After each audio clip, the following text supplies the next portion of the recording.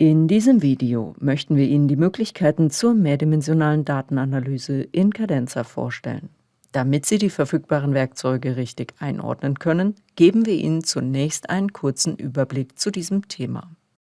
Je nachdem, welche Werkzeuge genutzt werden, kann Cadenza einfache Abfragen aus dem Bereich Information Delivery bis hin zu komplexen Recherchen des Data Discovery bedienen. Die mehrdimensionale Analyse wird in Cadenza über die OLAP-Werkzeuge bereitgestellt. Der Begriff OLAP bedeutet Online Analytical Processing und steht synonym für mehrdimensionale Ad-hoc-Analysen. Es handelt sich dabei um einen Sammelbegriff verschiedener Technologien und Werkzeuge.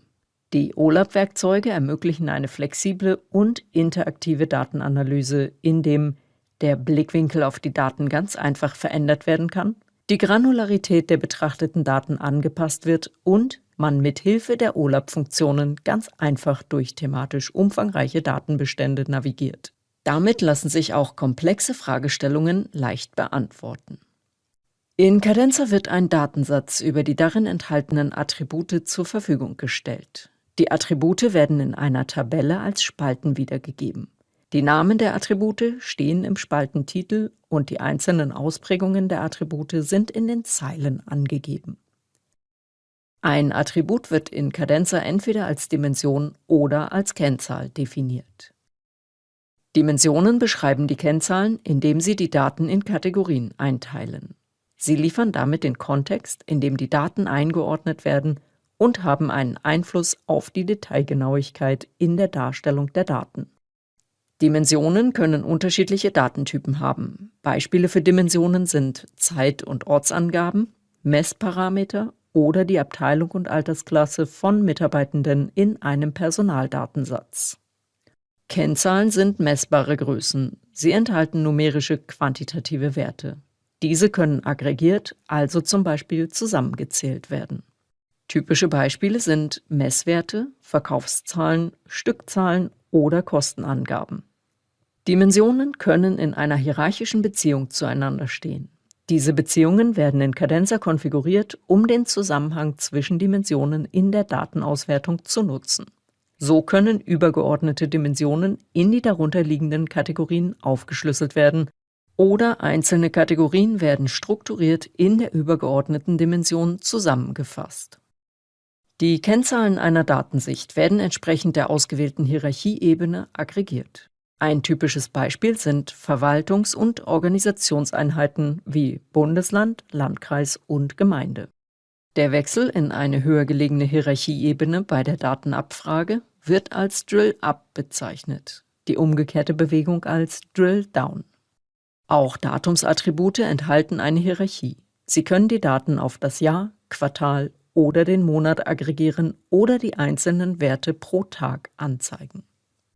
Im weiteren Verlauf des Videos werden die OLAP-Funktionalitäten anhand eines Personaldatensatzes einer fiktiven Organisation vorgestellt. Entsprechend sind auch die folgenden Beispiele gewählt. Das Prinzip der mehrdimensionalen Analyse wird gerne mit einem Datenwürfel erklärt. Jede Kante des Würfels stellt dabei eine Dimension des Datensatzes dar. Im Falle eines Personaldatensatzes sind das beispielsweise die Informationen: In welcher Abteilung sind die Mitarbeitenden tätig? Zu welcher Altersklasse gehören sie? Und in welchem Bundesland sind sie beschäftigt? An den Schnittpunkten der Dimensionen in den einzelnen Würfelzellen befindet sich jeweils ein Wert, eine Kennzahl. Wenn man den Schnittpunkt verschiedener Dimensionen betrachtet, beispielsweise die Daten aller Mitarbeitenden der Abteilung 1, die zur Altersklasse der 50- bis 59-Jährigen gehören und im Bundesland Rheinland-Pfalz beschäftigt sind, dann wird der Wert für die gewählte Kombination der Dimensionen zurückgegeben. Je nachdem, wie viele Dimensionen in einer Recherche berücksichtigt werden, fällt der Datenwürfel größer oder kleiner aus. Die Anzahl der Dimensionen wird als Dimensionalität bezeichnet. Beim Setzen eines Datenfilters wird der Würfel auf die entsprechende Dimension eingeschränkt. Man spricht vom sogenannten Slicing und betrachtet nur noch eine Scheibe des Würfels. Bei einer Pivotierung wird die Darstellung verändert. In Cadenza kann zum Beispiel die Reihenfolge der Tabellenspalten verändert werden oder die Anordnung der Ergebnisdarstellung wird angepasst. Ein Drill-Through verbindet auf einen anderen Datenwürfel, um beispielsweise die Detaildaten eines bestimmten Standortes oder einer Abteilung aufzurufen. Ganz egal, wie Sie den Blick auf den Datenwürfel und die Darstellung der Daten anpassen, die Datenbasis wird dabei nicht verändert. Als nächstes zeige ich Ihnen, wie Sie diese theoretischen Grundlagen in Cadenza anwenden. Ich habe hier einen Datensatz, der fiktive Personaldaten enthält. Darin sind Informationen hinterlegt zu den Mitarbeitenden einer Organisation, zum Beispiel deren Namen, Anschrift, das Alter oder in welcher Abteilung die Mitarbeitenden beschäftigt sind. Es handelt sich dabei um Dimensionen des Datensatzes. Für die Personalplanung soll mithilfe der OLAP-Werkzeuge aus den Daten die Geschlechterverteilung der einzelnen Abteilungen herausgearbeitet werden, sowie eine Übersicht, wie viele Mitarbeitende in den nächsten Jahren in den Ruhestand gehen. Für die Auswertung dieser Detailfragen erstelle ich mir gezielt ein neues Arbeitsblatt und lege dort eine Tabelle an. Im Datenmanager werden die Attribute meines Datensatzes bereitgestellt, sortiert nach Dimension und Kennzahl.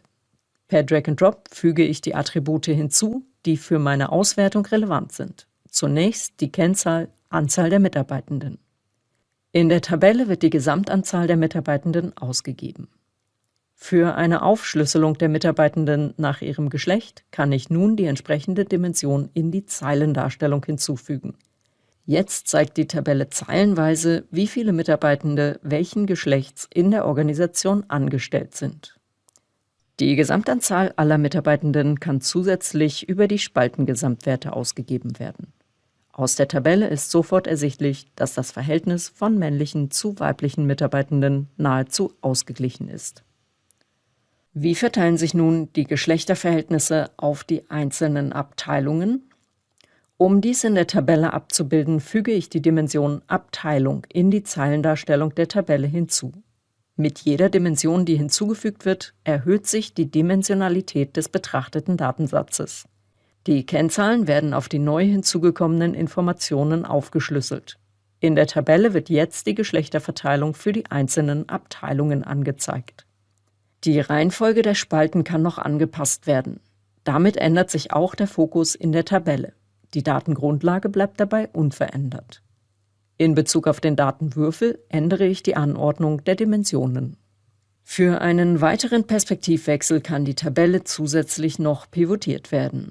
Dazu wird die Dimension, nach der pivotiert werden soll, in die Spaltendarstellung im Designer überführt. Zum Vergleich sind hier beide Tabellendarstellungen nebeneinander gezeigt. Auf der linken Seite sehen Sie die Ausgangstabelle, auf der rechten die pivotierte Darstellung der gleichen Daten. Die Tabelle wird beim Pivotieren so gedreht, dass die Inhalte einer ausgewählten Dimension nicht mehr in Zeilen, sondern in Spalten dargestellt werden. Aus der pivotierten Tabelle ist sofort ersichtlich, dass es nicht in jeder Abteilung Mitarbeitende gibt, die sich als divers identifizieren. Das Fehlen von Informationen kann durch die Pivotierung schneller aufgedeckt werden. Die Anzahl der Mitarbeitenden pro Abteilung kann in der pivotierten Tabelle über die Zeilengesamtwerte ausgegeben werden. Die auffälligsten Unterschiede in der Geschlechterverteilung finden sich in der Abteilung 5 Forschung und Förderung. Hier sind fast 3-mal so viele männliche Mitarbeitende beschäftigt wie weibliche. Mit einer Filterung auf diese Abteilung werden nur noch deren Daten betrachtet. Dies kann im Analysekontext der Arbeitsmappe für alle Sichten eingerichtet werden oder, wie hier gezeigt, gezielt in einer Sicht durchgeführt werden. Übertragen auf das Modell des Datenwürfels bedeutet es, ich beschränke mich auf eine Ausprägung einer Dimension. Ich führe ein sogenanntes Slicing durch und betrachte nur noch eine Scheibe des Datenwürfels. Neben der Geschlechterverteilung sollen die Daten daraufhin analysiert werden, wie viele Mitarbeitende in naher Zukunft in den Ruhestand gehen. Für eine vorausschauende Personalplanung ist dies eine wichtige Fragestellung. Für die Analyse erstelle ich ein neues Arbeitsblatt und lege eine Tabelle mit den passenden Dimensionen und Kennzahlen an. Hier ist die Anzahl der Mitarbeitenden nach ihrer Altersklasse aufgeschlüsselt. Um herauszustellen, in welchen Abteilungen besonders viele Mitarbeitende in den Ruhestand gehen, wird die passende Dimension hinzugefügt. Auch in diesem Fall hilft die Pivotierung, eine bessere Übersicht zu gewinnen. Allein in Abteilung 3 gehen in den nächsten 7 Jahren fast die Hälfte der Mitarbeitenden in den Ruhestand. In den darauffolgenden 10 Jahren sind es weitere 14 Mitarbeitende. Das sind insgesamt fast 3/4 der Mitarbeitenden dieser Abteilung. Die Altersangabe ist in Cadenza als Hierarchie hinterlegt. Sie besteht aus den beiden Hierarchiestufen Altersklasse und dem genauen Alter. Diese Hierarchie kann für einen gezielten Überblick der Mitarbeitenden einer Altersklasse genutzt werden. Dazu filtere ich zunächst auf die Altersklasse der 60- bis 67-Jährigen. Das sind die Mitarbeitenden, die zeitnah in den Ruhestand gehen werden. Über den Analysekontext der Datensicht kann jetzt die gewünschte Hierarchiestufe aufgerufen werden. Die Anzahl der Mitarbeitenden wird nach dem genauen Alter aufgeschlüsselt. Damit führe ich einen Hierarchiewechsel in die detailliertere Ebene durch, einen Drill Down. Die Tabelle zeigt jetzt die Altersstruktur der Mitarbeitenden der 60- bis 67-Jährigen pro Abteilung. In Abteilung 2 stehen beispielsweise 3 Mitarbeitende ganz kurz vor dem Ruhestand und werden die Organisation voraussichtlich noch im laufenden Jahr verlassen. Die Detailinformationen dieser Mitarbeitenden können in einer Einzelwerttabelle aufgerufen werden. Die Datenbasis ist weiterhin die gleiche, die Daten werden allerdings nicht mehr aggregiert. Es handelt sich um einen Drill-Down auf die Einzelwerte. Mit Cadenza kann ich ganz einfach und schnell verschiedene Sichten erstellen. Die OLAP-Funktionen ermöglichen mir dabei, aus unterschiedlichen Perspektiven auf meine Daten zu blicken und diese zu analysieren. Als Personalverantwortliche kann ich so frühzeitig auf Veränderungen in der Personalstruktur reagieren. Weitere Einblicke in die Arbeitsmöglichkeiten mit Cadenza erhalten Sie auch in unseren anderen Tutorial-Videos. Für aktuelle Informationen abonnieren Sie gerne unseren Newsletter oder besuchen Sie uns auf der DISI-Webseite. Die Links dorthin finden Sie in der Videobeschreibung.